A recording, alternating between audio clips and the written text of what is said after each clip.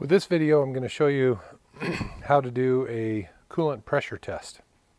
You'll go into this a lot more in detail in the air conditioning class, the heating and air conditioning class, but this is a legitimate diagnostic tool for determining whether or not an engine is good or bad.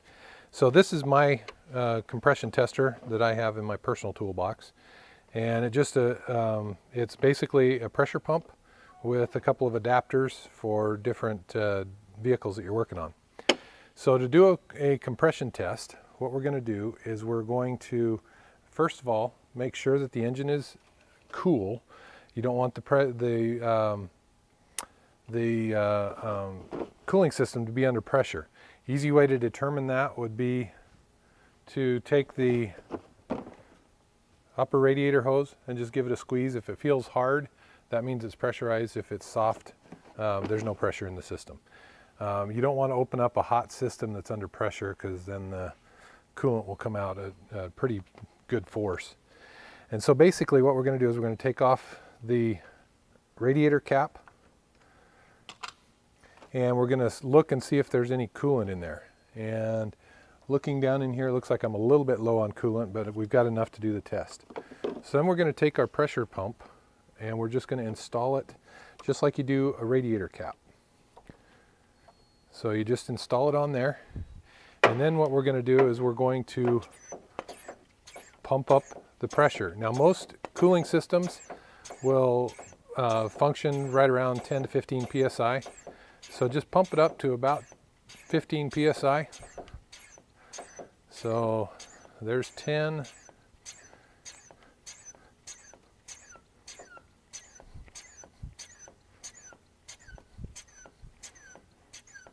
And 15. And then we just sit and wait. And we wait to see if that needle drops at all. So sometimes this can take, 15, 20 minutes. So I'm just going to let it sit here and wait for about 15 minutes, and then we'll come back and we'll check its progress. Okay, it's been about 15 minutes, and if you notice, we haven't lost any pressure. Very, very little pressure. And so this system here doesn't appear to have any leaks in it. There are some exceptions to that. For instance, sometimes a water pump can leak when it's hot and not when it's cold.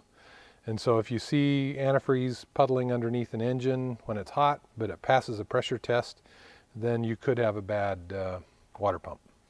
So I'm going to call this test good because I haven't noticed any issues.